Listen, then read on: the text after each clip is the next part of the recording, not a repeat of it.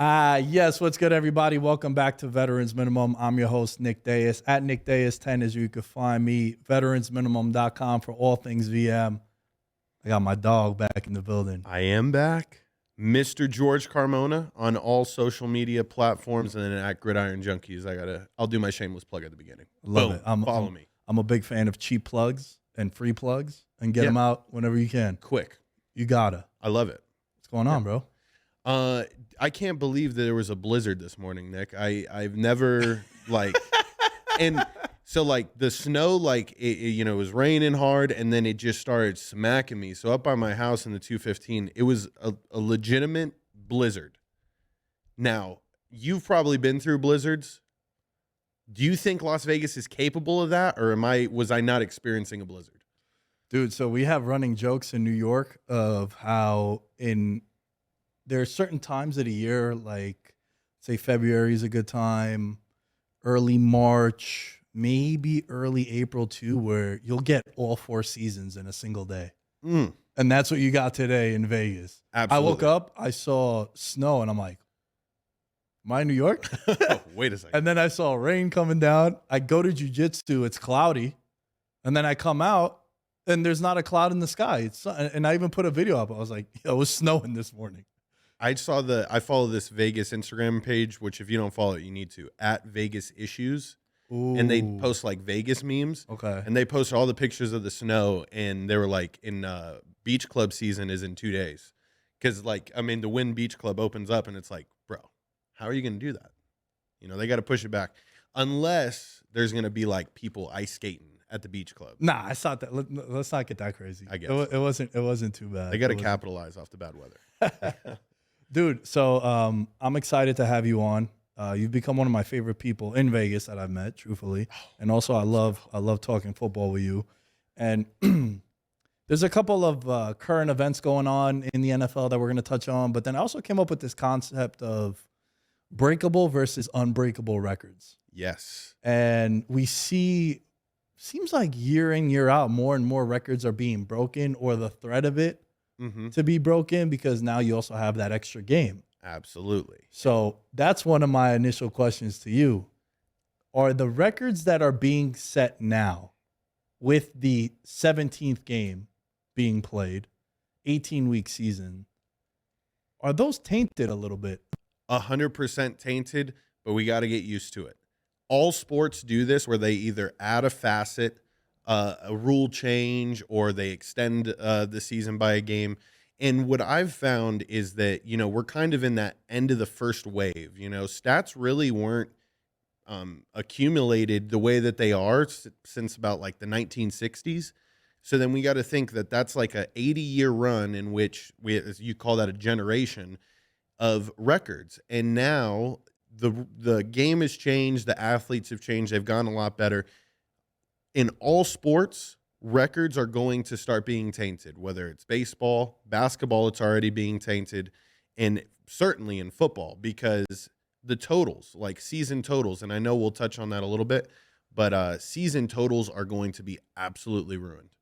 What's crazy and also true what you said is sacks in 1983 became an official stat. In 1982, They said that it got introduced, but they weren't really keeping actual sack numbers and half a sack. If both of us hit the quarterback, what was that? Did both of us get a full sack back then? I don't have that data in front of me, but 1983, which was that 40 years ago, was when sacks became into it. So all those OGs like the Gang Green, the defensive line for the Jets that helped them win the Super Bowl, they were known for having an elite defensive line. Mm-hmm.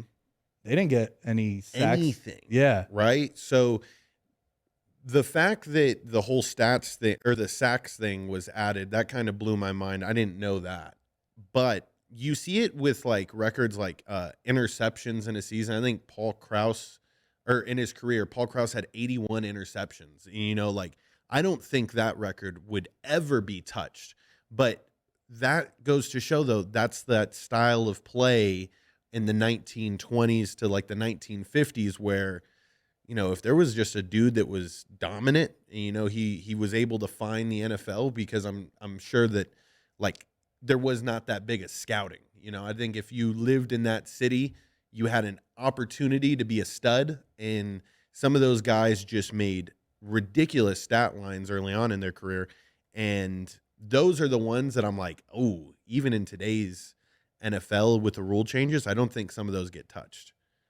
Like records set before 1950s, like those seem like untouchable to me. I feel like those would be more likely to be broken. Okay.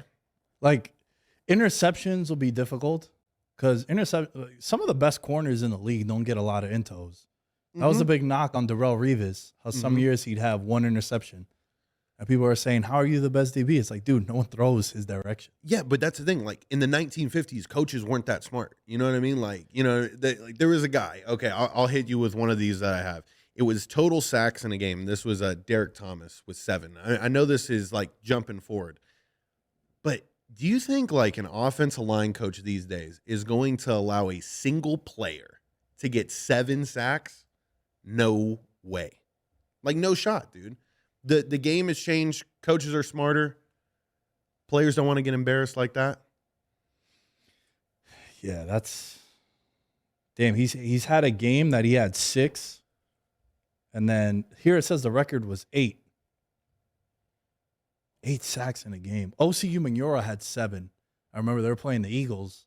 It was a Sunday Night Football game. One of the few times that the Giants beat the Eagles. That's why I remember this so vividly. Okay. And he had 7 sacks, dude. My favorite Giants defensive player of all time, OCU Manura.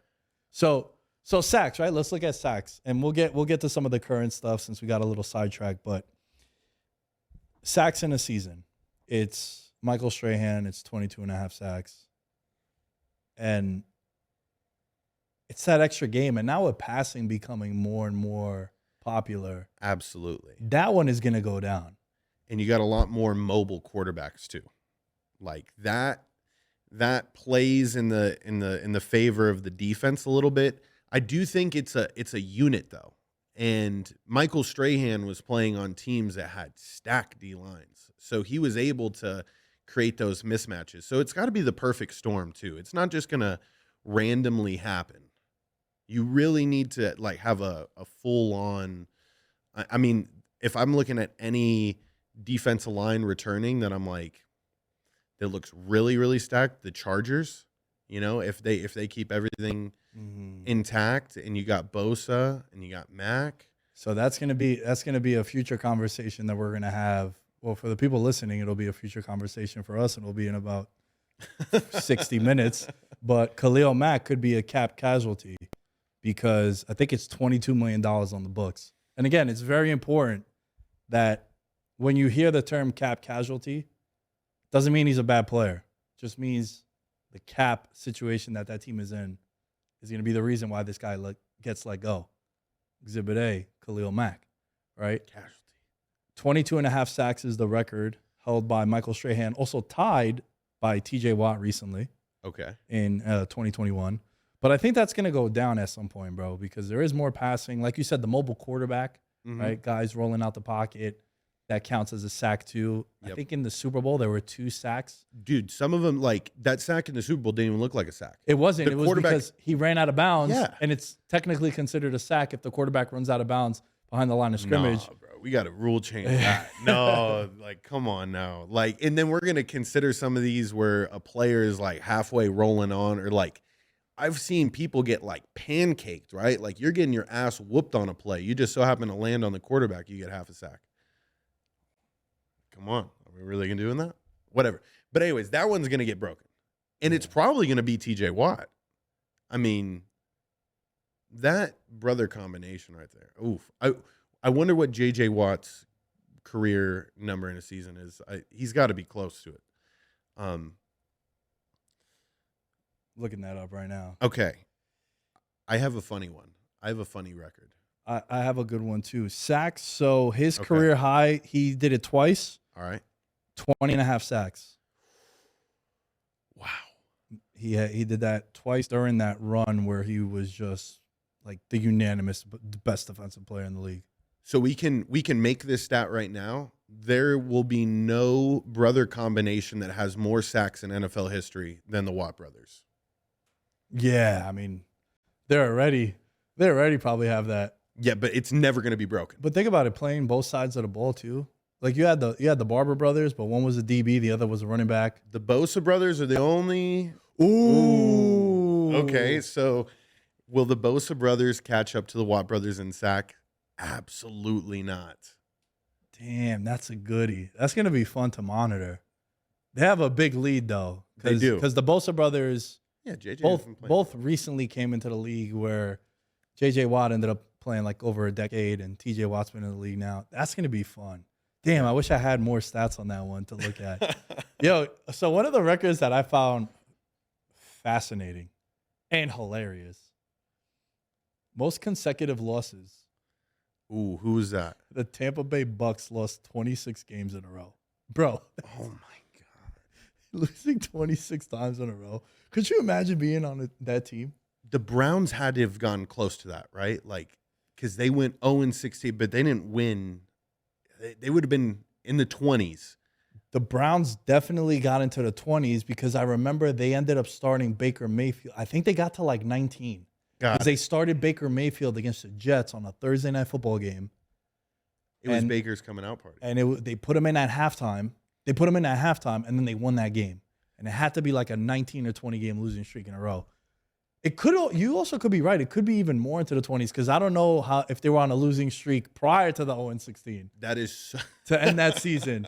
So yeah, but dude, that's true. So from 1976 to 1977, the expansion Baby Bucks, they were called. So let's remember, this was also an expansion team. The Baby Bucks. They lost 26 games in a row. I mean, wow. Like, yeah, I mean that's a season and a half. I wondered how many coaches they went through, like, because it's being an expansion team, bro. They could have been like handcuffed. They're like, hey, we just got to stick it out with this dude, It's going to be a rough couple of years, and then it got really rough. So apparently that's one of the reasons why they don't wear those creamsicle jerseys. Because that's when they were weak. That's when they were weak. Brings up some bad memories for the OGs in Tampa Bay. Because those are the sickest Tampa Bay jerseys. Combination. Yeah, they could quite possibly be the best combination in NFL history. But that's just me. I like the creamsicle look. Give me a stat. Okay. This one is hilarious. It's gonna be unbreakable. The most fined player in NFL history. Do you know who it is? First thought in my mind, Vontaze Burfict. Nope. He did make the list though. Like he was. He's close not that to far it. off. Yeah, this one's gonna like throw you off. It's okay. Adrian Peterson. Whoa. Do you remember that whole situation with his kid? Yes. So he got fined for that and not suspended? The NFL fined him $2 million. Yo. Bro. Yeah. Yeah. Wow. Yeah.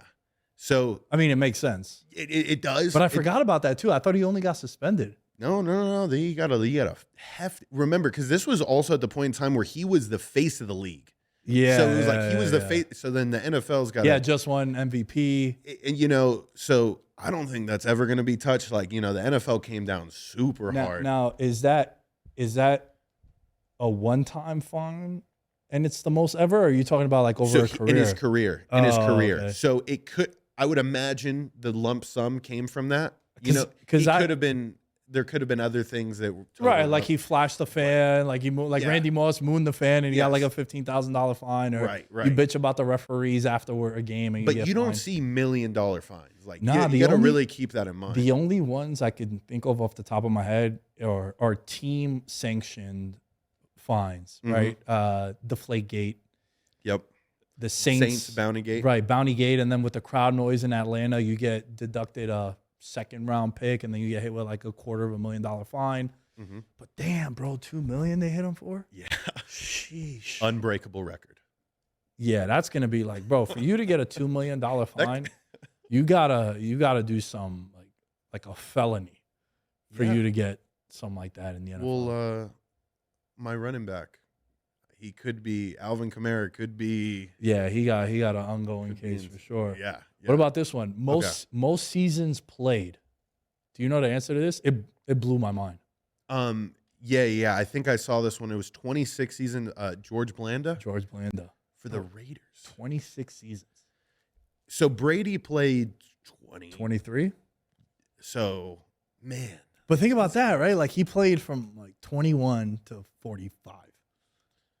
22 to 45. But at a position where you could get rocked. You Yeah. know? I mean, like he may have been a kicker hybrid type person. Maybe later in his career he could have gotten that, but that's insane. 26 seasons. It feels like the only person that could break that record has to be a special teamer. Without a doubt. You have to be a kicker. Long snapper. Like Vinatieri probably came close. Mm-hmm. Vinatieri was still getting after it in his 40s. But you have to be, not even a long snapper, bro, because you got to go and make tackles sometimes. That is true. But I think you do got to be a little bit of a dog. Just a punter or a kicker are the only two players that can. I think even in the history of the league, if you're north of 20 seasons, it got to be special teamers and Brady and Favre. Like that got to be the list for most seasons played. Without a doubt. But I mean, a Raider too. You know what I mean? That just goes to show you that Raider pride. There is, like, I would say out of like teams that have the most pride behind playing with them for a long time, the Raiders are up there. You know, you think about some Raider greats. Check this out. George Blanda. Okay. Then you got Morton Anderson, kicker. Adam Vinatieri, kicker. Tom Brady, quarterback. John Carney, kicker. Gary Anderson, Jeff Eagles, Jason Hanson, kickers. And then it's Vinny Testaverde and then Sean Ledetta, special teamer. So we're right. Where it gotta be a special teamer. Yeah. There's no other way around it. Damn, bro. That's crazy. I have I got a good one that I think can be broken. Okay. Single game receiving yards. Willie Anderson, 336. Oh my God. Calvin Johnson got close. I think Julio had a 300 burger.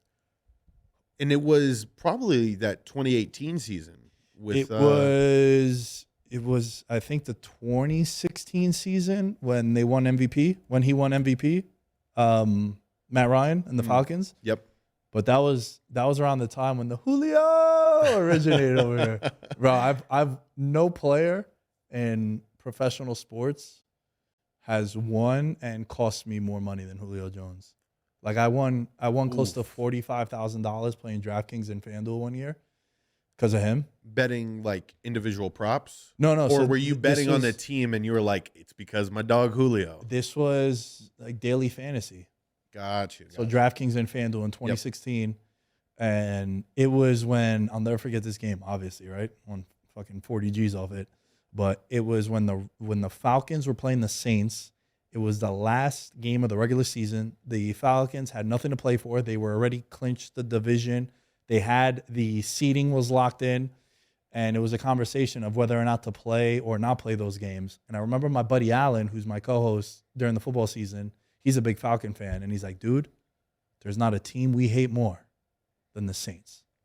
So we're gonna play this game. I'm telling you, they're gonna play. And all the reports were, is Ryan gonna play? Is Julio gonna play? Devontae Freeman was on that team. Yep. Most knew. And he's like, bro, I have a feeling they're gonna play. So I play Julio Jones, and he puts up like 8 for 125 and 2 touchdowns on 4% ownership. So that's where like the ownership of a guy, and you pivot off contrarian and chalky plays. And Julio on the last drive scored a touchdown, and I just saw the little green dot on DraftKings and FanDuel just go to the top. And I ran the same lineup on both sites. FanDuel had said 26.4. DraftKings has said like 13.9. Came out to around $40,000. So ever since then, it was like, Julio. Oh. Dude, I was mapping out my life. I was like, yo, I'm not working again. I'm going to become a professional DFS player. Yeah. That was the day. Yeah. You seem like the kind of guy that you may have DM'd him. Did you DM Julio and just, hey, bro, like, you don't understand, but like, you changed my life. Yo, I messaged him and told him I want to give to whatever charity you have. Like, just pick a number between 1,000 to 3,000. So you don't fuck up my plan. I was like, let's not get too crazy, but I want to give back, bro. I definitely want to give back. But ever since then, it's like Julio. That's when it started. If you ever see my tweets, I even posted something on Instagram the other day. I gotta check it out. So he came close. He had a 300-yard game. But bro, you got to think now the NFL. There's so much passing. 336 yards in a game. Like Jamar Chase has put up like 250 twice. Justin Jefferson is getting really close. So who would be the guy to do it? Yeah, got to be one of them two, right? No, I think it's gonna sound crazy, but I think like a guy like Deebo Samuels, actually, with the way that he's utilized, like. So we need Yak too. We do need Yak, right? So like getting the deep ball is there. It's not in Debo's repertoire, but he's also getting the ball a shit ton. And he can make a one guy miss. I was also gonna say, like, if I'm thinking dark horse based off last season, AJ Brown is a guy that has the skill set to be able to do that. Justin Jefferson, though, with the way that team is set up, though, he will be in close contention of getting that record. And that dude has got it. So who was the guy? Because like I've never heard of that receiver that has that record. Willie Anderson. He played for the then Los Angeles Rams, and this happened in the early 1989.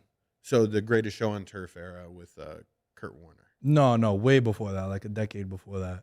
And the closest someone came was in 2013. 7 yards away was Calvin Johnson.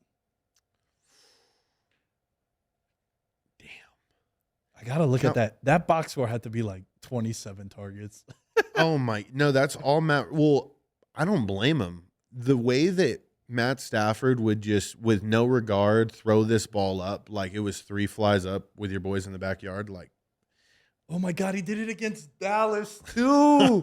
He did it against Dallas where he remember that game. Yes. Dude, he mossed the 3 players in the end zone. Yes. It couldn't happen to a better franchise, let me tell you. Could not happen to a better organization. Here's another thing. You want to keep shit on the Cowboys? I have a record. Of course. Time of possession in a game. This I feel is unbreakable. The Oilers versus the Cowboys. The Oilers had the ball for 48 minutes and 34 seconds. So the Cowboys only had the ball for 12 minutes. They dogged them. Damn. Teams have gotten close, but close is like 46 minutes. They controlled the Cowboys had the ball less than a quarter. That's crazy. Yeah. That's really, because that had to happen. I mean, you said the Oilers, so it had to be during the run first, run always era of football. Yes. Sheesh. Shit on it. Yep. Yo, so Megatron had 329 on 14 catches, 17 targets. Oh my Good God. Well, I think he was by far the most logistical nightmare. Like he's a defensive coordinator's worst nightmare. Without a doubt. Probably like I always put like Gronk maybe in that category too, but like just because Gronk could block too, but man, and what couldn't Calvin Johnson do? Dude, and Gronk also was such a problem. Like he was the first real problem at that position. Mm-hmm. Like I feel like Tony Gonzalez was ahead of his time, where he was a great blocker, but he wasn't the blocker that Gronk was. But he was also like a way better receiving tight end than Gronk. But Gronk was still dope. Right. But dude, I always used to say that when Aaron Hernandez and him were on the same team, how Gronk was the better tight end, but Aaron Hernandez was the better football player. Because they used to put him in the backfield. They used to ISO him on like Darrelle Revis. Yeah. And you're like, holy shit, this is a tight end. Like he was a beast. Like, and they originated that too. Let's get 2 dominating tight ends. Yep. Mismatches all over the place. We could split them out wide in the X and Y positions. We could have them as slot receivers. Yep. They could block for us. We can outrun you with their speed and their 6'4", 6'6", 260, whatever they were. Yep. Like they were ahead of their time, bro, with Gronk and Hernandez and then Belichick doing all that stuff. And that's why Brady had all this success too. Like Brady probably had like the most systems that he had to play with in his career. I feel like coaches mold systems. Like he had a similar system everywhere. So are you a player makes the system or system makes the player guy? Player makes the system. And teams that our system makes the player, I think they miss the mark. You need to be adaptable, and that's why in a later episode when we're talking about like where people fit, you really have to see the way that it's already meshing with other players to give you that vibe of like, can this work? But like a team that was making it work. Here, let's go into another unbreakable record. Most points scored in a season was the Broncos in 2013. They scored 606 points. That's an average of 37.5 points a game. You want to hear an all-time bad take I had going into that season? I mean, like you're talking like it could not be. And I always get my buddy Joey always gives me shit for this too. So we were playing a really competitive fantasy football league with my buddies, and he, same group of friends for like 20 years. And we do a 10-man league, $300 buy-in. First place is like $2,100. We wanted to get it to $1,000 buy-in. And then at the time, like I was delivering pizza. My other buddy just like became a cop. He's like, bro, $1,000 is crazy. You do some shady shit and like you trade Julio Jones for like Alfred Morris, you're gonna be like, yo, we're fighting. But $300 is like you're taking it serious. So you get respectable. That year, Joey comes up to me. He's like, yo, bro, what do you think of like Julius Thomas and Demaryius Thomas and Eric Decker? I'm like, I don't know, bro. I feel like there's too many balls for all of them to eat, for everyone to have a good season. Like Wes Welker was on that team too. I was like, I don't know. I would probably stay away. 4 guys scored 10 or more touchdowns that year. Payne was just over there like, hey, Welker this week, Decker this week. And that's why you're 100% back on the Broncos. Like, I feel like you're having my get back. Yes, He's gonna be my get this back. Is your get back year with the Broncos. But yeah, 606 points. That's like one of the ones that I put in the unbreakable side because people don't underestimate like how difficult it is to score points in the NFL. And if you're averaging 37, bro, they were smoking teams. And their offense was built to just, I mean, like you just said, they let it rain.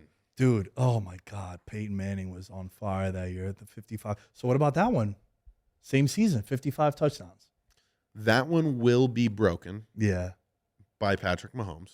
But don't you think that kind of is, what's the word I'm looking for? That one kind of correlates to most points in a season too. Don't you feel like? Yeah. Because if I'm a quarterback and I throw 60 touchdowns, theoretically, that's 600 points right there. That doesn't include what my running back is getting, special team, defensive touchdown. So I think if the guy that breaks the single season touchdown record, his team probably breaks that record too. And it would be Patrick Mahomes. Yeah. And the Chiefs.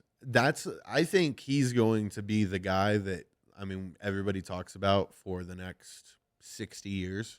Yeah, like we're going to be How do you feel about my take? I already think he's the GOAT. No way. Why? Because I value sustained success if you're going to be considered a GOAT. Okay, so good point. Good point. Counter, is 5 years not? No, not for that. Like, you got to play at least like if this was just a 2-year run that he went on, yeah, I'd hear you. But it's 5 years, and the fact that he did it this year with the circumstances, I'm willing to give a compromise here and say that it's Brady and then he's 2. Like, I'm not going to give you any BS on, Aaron Rodgers, right? Like creeping into that conversation. Well, he's a better quarter. No. Yeah. Right. So I'm willing to say he's 2, but without putting the pressure. See, now what you're doing, Nick, is you're putting pressure on the kid. And this is not what Patrick Mahomes needs. He's cruising, not being the GOAT. He's happy. He's like, hey, let me be number 2 for a long time, right? I think O'Day Osborne said this on a podcast once. He's like, you don't need to be great, but you just need to be good for a very long time.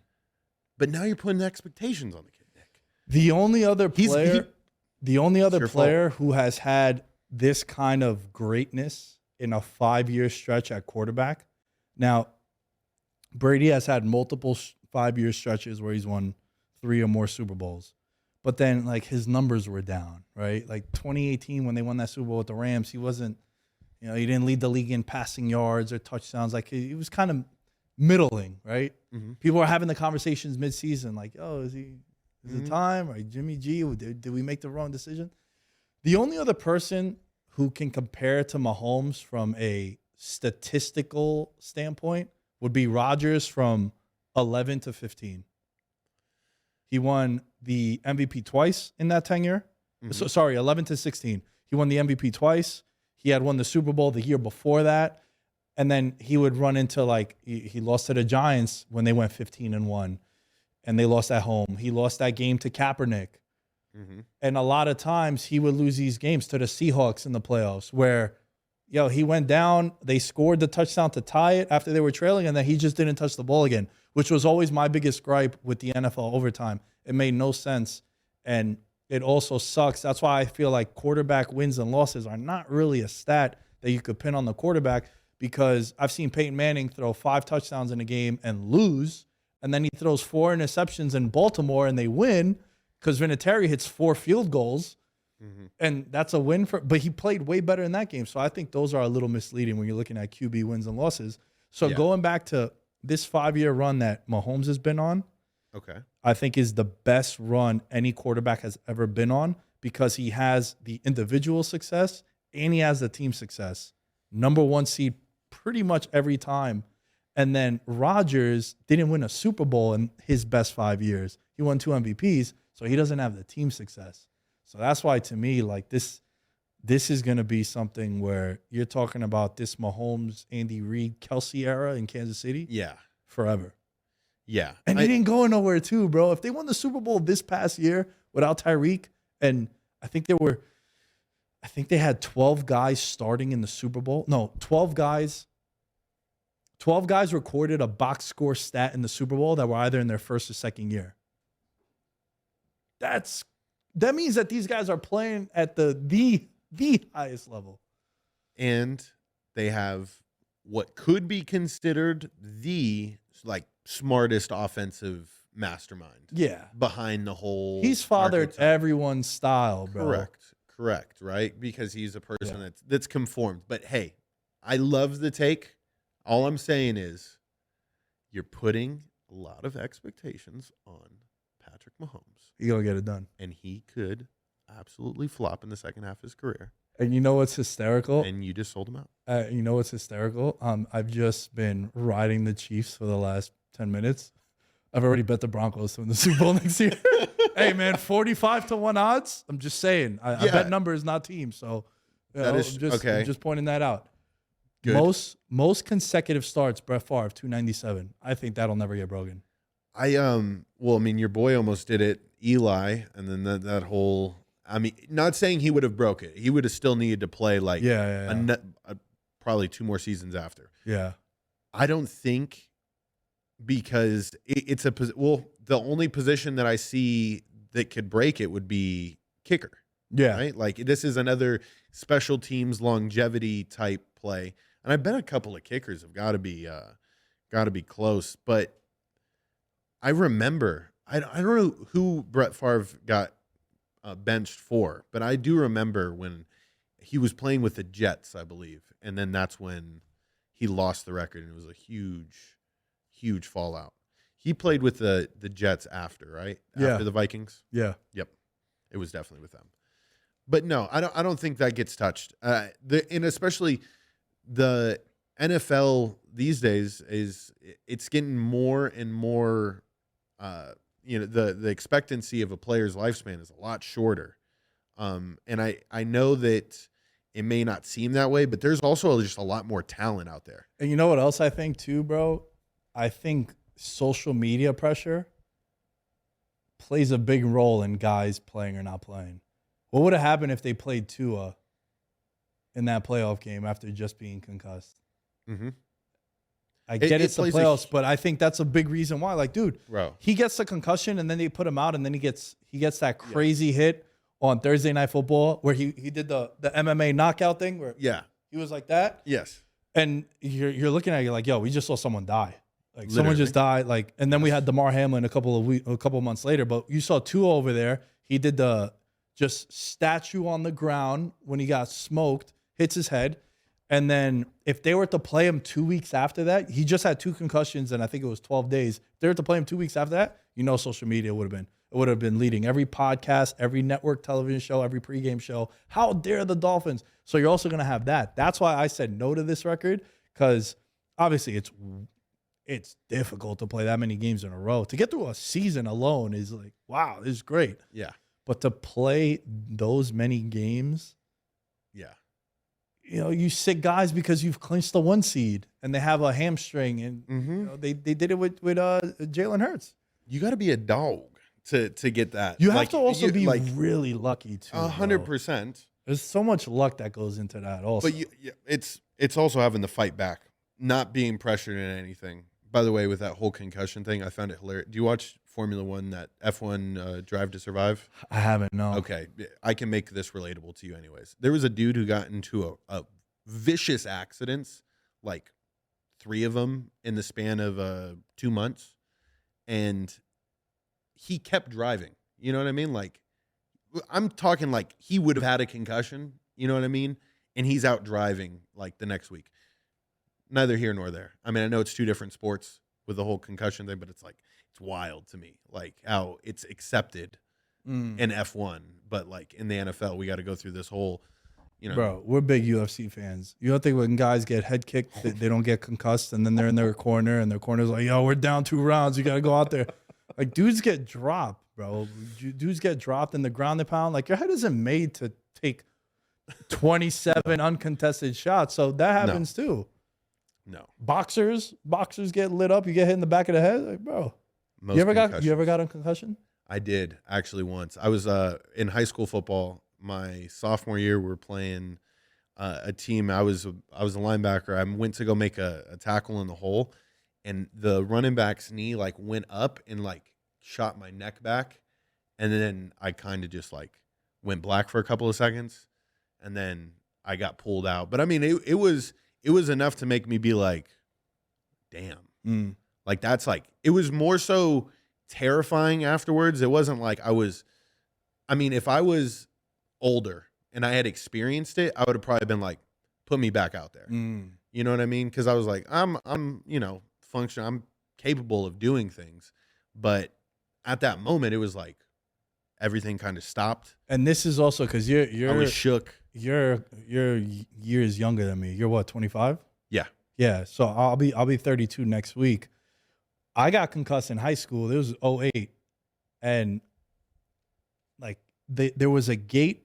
We were playing our rival high school, and one of my best friends, Dominic, was on the other team. So, dude, I get hit out of bounds so late on their sideline, right? Rivalry now. LIC versus Bryant. I get hit on the sideline, and my momentum takes me to, you ever seen those gates that are like elevated, but there's like cinder blocks underneath? Yeah. Yep. And I hit my helmet hits the side of that. Like, my momentum pushes me, and I hit the side of that. Lights are on, no one's home. I used to have to run after every play to my high school coach to get the next play. Right? We didn't have headsets, nothing. So I go to their coach. This is a true story. I go to their coach, and all the guys knew me because we're in the neighborhood. So I'm friends with a lot of the guys, and it was like rivalries, but we weren't enemies. With a lot of those kids. You guys knew each other. Yeah, we knew each other. So I go to their head coach. I was like, "Yo, coach, what's the play?" And I do this. I'm just like, "Yo, what's the play, coach?"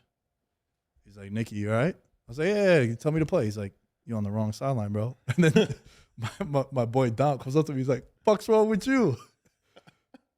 They call timeout for me. Dom literally walks me across the field, and then I go over to my coach, and my coach is like, "What's wrong with you?" I was like, "Yo, coach, I'm good. He's looking me in the eyes. He's like, "Oh boy." So this was before concussions were like, this was 2008, bro. Concussions didn't really become like, the movie came out in like 2012. Yeah. And then it became this whole thing, like, get them out, independent neurologists at games and shit. Dude, I missed like one drive, came back in, and I ended up playing. But it was like, it was bro, terrible. it That would definitely never happen now. Right. But like, it's a perfect UFC analogy. Like, I mean, these boxers get punched in the face and they have to react like now. Yeah. You know what I mean? Like, they were feeling that, and then they had to be alive. But I have a crazy stat that I think could be broken if we make an effort forth right now, Nick. Okay. All-purpose yards. Okay. Jerry Rice currently holds the record with 23,546 yards. Do you know who's second? Emmitt Smith. It's Brian Mitchell. So he was a Special teamer. special teamer and receiver That's for the Redskins. But here's the thing. He needs 216 more yards to be the all-purpose yards leader. Now, I think it is an unbreakable record and nobody currently playing in the NFL is remotely close. Like maybe 12,000 yards, just so everybody can put it in perspective. But Brian Mitchell's 216 away. He's 51 years old. Enough. No, bro. Listen, Don't say he's gonna come back to get 216, the Commanders are like imploding. So like, why not? Like, start the petition. Brian Mitchell needs 216. That's worth it, bro. And then we'll make a Netflix doc about it. And just like 51. So what, you want him to do what? Just return? Nah, he can't return punts. It would have to be just slants. No. You know what you keep him on the roster for? Like before the half, when the team has the ball in like the 20 and the defense plays prevent. Bro, just give Brian you can get 216 yards in a season off that. Yes, thank you. Okay, that's a breakable record. Yeah, except that he's 50 plus years old. Age is but a number, baby. I got one that I don't think there's a chance in hell that we see get broken, especially with how football is being played today. Most rush attempts in a game. Oh my God, this is gonna be hilarious. 45. Oh my God. Jamie Morris of the then Washington Redskins. Now, if a running back gets 20 carries, it's like, holy, what the hell? Yeah, it would have to. Okay, the only scenario this would be a weather game. And it would be like, and it would have to be a weather game, and it'd have to be a close game where it's like spiraling 56-mile-an-hour winds. It's coming down, and the only way you can move the ball is on the ground. And it would have to be like a Derrick Henry kind of running back. Derrick Henry came close. He had 38 carries in a playoff game once. That's and for recent, but again, that team played a certain way. Yeah, where I don't think that happens. There's only one scenario I can think of right now. That is Jonathan Taylor playing the Jets, in a playoff game. You would have to make it a point to break this record. Yes. Like it's a statement. You would have to go into that game, and after the first quarter, you look at your running back, and he has 12 carries, and you're saying to yourself, "Yo, you want to go for this?" That's the only way. Like when guys go to break milestones or achieve certain accolades within a season in order to get bonuses and benefits. I call it incentive week, week 17, week 18. Right. I made a lot of money the last couple of years where it's like, yo, this guy only needs 4 catches. What's his line? 4.5? Okay, let's do that. So it would have to be something along those lines where Derrick Henry, there was one year, I think for him to break 2K, he needed 250 yards rushing in the last game. And they went into there with all intentions for him to break 2K. So I think it would have to be something that's agreed upon amongst the team and going into that. Definitely. And it probably, yeah. I would imagine it would be like a coach. One of the coaches probably had like a vendetta out. You know what I mean? He got the record set against him. Ooh, like a revenge game. Yeah, it's like some like 65-year-old like running backs coach. It's like, we're gonna fucking break this record. You know what I mean? What about LT's single season touchdown record, 31? What's crazy is there was like a 5-year stretch where Priest Holmes broke it, then Sean Alexander broke it, and then LT broke it. And it had to be back-to-back or every other season. Rushing? Or so he scored touchdowns. He scored 28 on the ground and he caught 3. Okay. I would imagine the only player I could think of in the NFL right now that it probably came close is Austin Eckler. Yo, I didn't even think about him. He's yeah. like, I mean, he was just scoring in bunches last year because he was the all-purpose type back. Yeah. He's also one that you could probably put in the category again, 45 carries, but no, he runs routes. Yeah, he runs would routes. be like 45 yeah. touches would be Yeah. possible because there's him, McCaffrey, Kamara, Saquon, those kind of running backs. I don't think they go into the game saying they need to get 20 carries. Right. I think they say they have to get 20 or more touches. Touches. So, dude, Saquon in the playoff game, I think he had 9 rushes, but he had 18 touches, and you're saying he was like, okay, that's better. He was utilized. Right. But dude, Eckler, I was so wrong on Eckler because it's so hard for you to go back-to-back seasons leading the league in a category. Oh, it was. I made the biggest flub so on him. in not this past season, the year before, I remember I took him 3rd in a fantasy league, and my boys were just shitting on me like, bro, he's a 3rd-round value. I'm like, dude, the new offensive coordinator, it's Lombardi. He's from the Saints. He's already said they're going to use him like Kamara. Where would you take Kamara? I'd take him 3rd. Oh, no shit. That's what I'm doing with Eckler. And this is a way better offense. And then coming into last year, I was all in on the Chargers. They were my pick to win the Super Bowl, and I had bet on them. But my concern with Eckler was, man, it's going to be hard for him to lead the league in touchdowns again. And then he ended up leading the league in touchdowns again. Yep. So he's an exception to the rule. But see that year with I mean, it's just a all-around good team. Yeah. So with the way offenses are structured, though, now, I don't see this being out of the realm because it will be one of those all-purpose type of guys. It could be Christian McCaffrey this upcoming season if the 49ers can really, just figure out the only position they need to figure out. They'll be fine. I have points in a quarter. This is a breakable record to me. Okay. So points in a quarter was set by a guy named Don Hudson. He was a receiver and a kicker for the Bears, I believe. It's 29 points. So he had 5 extra points and 3 touchdowns, I believe. However that equates. There was definitely extra points in there. Damn. I mean, I think you said it on your show how there's never going to be anyone accumulate for more points in a Super Bowl than Jalen Hurts. Yeah. I know we're talking about a whole game. Well, I was talking about a quarter. You're talking about a quarter, but I love that take because I was thinking about it and I couldn't think of someone else because you said he scored 3, he threw 1, then he had the 2-point conversion. Correct. And then he also was the reason why they had that fumble 6. Absolutely. Yeah. That was a good video, dude. Yeah, I appreciate that. I like that take. It kind of took off because I mean, there was only so many things to talk about after the Super Bowl that wasn't just the Chiefs were outstanding.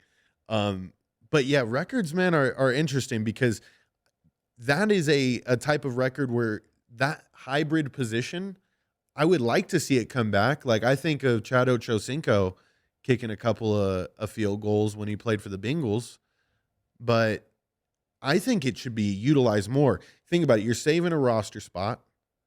You know, if you have a punter, because a punter and a kicker are 2 different positions. So if you have a punter that could also like double up as kicker, but if you want to use your stud receiver who's got a leg too, why not?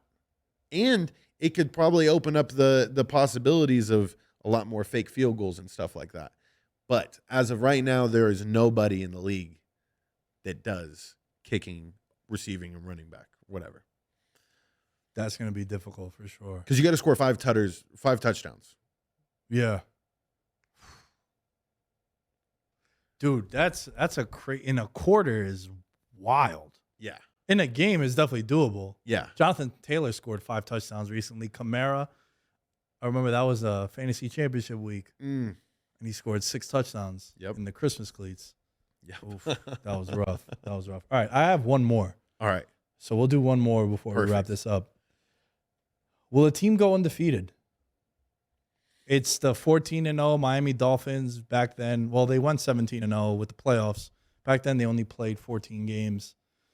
And it's so annoying when those guys are celebrating that they went undefeated. You know, when that last team wins. They pop champagne It's bottles, like, dude, smoke cigars. you guys played when there were like football was 50 years ago. Yeah. Like you gotta relax. And you won 14 games, right? Right. It was a 14-game regular season, and then the Patriots went 18-0, and then they ran into the Giants. Right. And I don't know, dude. That's gonna be hard to do. Well, this year the Eagles gave us a little like, oh, maybe. You know what I mean? We've had a couple of teams. The Panthers started off 13-0. You've had obviously the Patriots did it, but you've had a couple of teams that have come out the gates hot. But for the most part, it's I don't think that's achievable. It's like it's a prop that if you see, will a team go undefeated this season, and it's like no, 10,000 to 1. Yeah. Like, yeah, like you should probably bet the house on no, because I just think that the odds will forever be in your favor. It's such a lucky thing, and there's no teams that have shown me that they are capable of, when players or when they're doing well going into the end of a season, that they're capable of saying, all right, let's keep the foot on the gas pedal. You know, a majority of teams sit their guys, are willing to, you know, not show as much offensively. I don't think it's going to happen. That'll never be done. They're going to keep popping bottles till they're in the grave, bro. Yeah. Most of them probably are getting pretty close. Yeah. I think there's like less than 10 of them. Like that party used to be popping. Like every year they were like boys, right? Like this team's going down this. In South Beach too. Oof. Oh, they were probably having a good time. If I have a chance to go back in a time machine, I may go back to one of those parties. Like them watching the game, being hyped when the team that's undefeated loses. Oof. Now it's probably like, dude, and in the 80s, sucks. As we wrap up, in the 80s in Miami, because I'm fascinated by Pablo Escobar and the Colombian cartel. I've watched every documentary. I've had the real DEA agents on the show, Javier Pena and Steve Murphy, that Narcos is based on. Okay. So in that conversation I was having with them, there's a famous video of Chuck Noll talking about the Steelers' offensive line. And one of the guys in the documentary Cocaine Cowboys by Billy Corbin, he's a filmmaker. He did Screwball on Netflix. He's done a bunch of like these documentaries, and he did Cocaine Cowboys. There was a drug dealer that said he had the entire Steelers offensive line in his house doing blow the night before the Super Bowl. And he told his boys this, and they all bet the Cowboys because they're like, dude, these guys are all coked up. Like, what's going on? And then it cuts to the Steelers beat them like 45-10. Oh my God. And Chuck Noll is like, our offensive line played the best they did all year. It's like all these guys were just coked up. Dude. Crazy. They and figured it out. And the Super Bowl was in Miami That's too. hilarious. That's wild, right? That's a good story. That's a really good one, man. And we'll wrap up the show with that. Sweet. For all of you listening, I do another show with George after this. It'll be up on Patreon. It'll be coming out in a couple of weeks. So the Patreon members, you'll be able to get it in advance. And enjoy the pay-per-view this week. And we will catch you guys next time on Veterans Minimum.